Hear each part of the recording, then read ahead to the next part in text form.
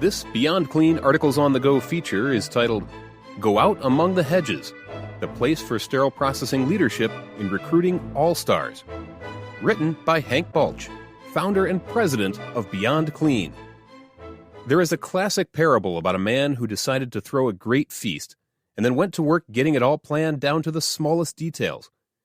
But when it came time for the festivities to begin, no one showed up. There were plenty of excuses to be heard, but the bottom line was this: after all the preparations had been made, the expected guests never actually came. For many sterile processing leaders around the country, this is a familiar feeling. While we're not throwing great feasts, we are often busy making preparations, requesting new positions, submitting staffing justifications, and finagling compensation to be just a little more competitive with our new hire wages. But when the time comes for our guests to arrive, hopefully stellar candidates looking for a career in sterile processing, the knock never comes on our doors.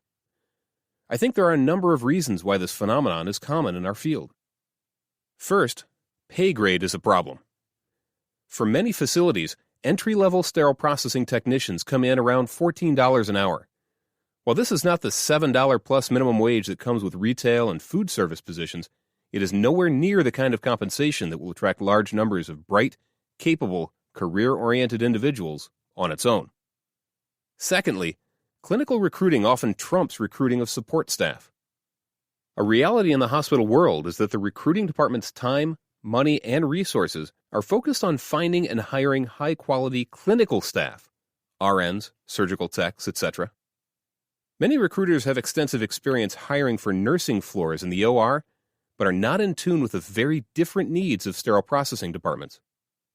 By the time they finish with the clinical priorities, the candidate bucket for SPD is often dry. Thirdly, we are out of sight and often out of mind. Not only is the physical location of the sterile processing department in the basement of the hospital, but it is often in the basement of the broader healthcare consciousness. Society knows about doctors and nurses, x-ray techs and anesthesiologists, but who ever heard of a sterilization tech? Is that, for people? Even with these excuses for why all-stars don't just show up at an SPD manager's door, there are a number of very practical things that department leaders can be doing to ensure their positions are filled with the best technicians on the market. Number 1, prepare more than just the seat cushions. Some leaders think the hard work is done once the final approval is received to hire an additional technician. They have an open chair, so why wouldn't someone amazing want to come sit in it? Often, the answer has something to do with the aroma of the department as a whole. As corny as it sounds, does your department smell like excellence? Is it a place where employees not only feel challenged and fulfilled, but also like they play a critical role in pushing the department forward? No one wants to work at a place that feels more like a hamster wheel than a department that's actually going somewhere. It's up to sterile processing leaders to direct and cultivate this culture of growth and performance excellence in the department before the recruiting banquet ever starts. Number 2, take the reins and go out among the hedges. If you realize that the traditional approved and waiting recruiting model isn't meeting your needs, take a proactive approach to finding high-quality candidates yourself. Find out when the local graduate schools have their job fairs and set up a booth. Reach out to nursing schools to post job openings on their employment boards. Partner with local refugee and immigrant placement agencies who often have candidates with extensive medical experience just looking for a way back into healthcare.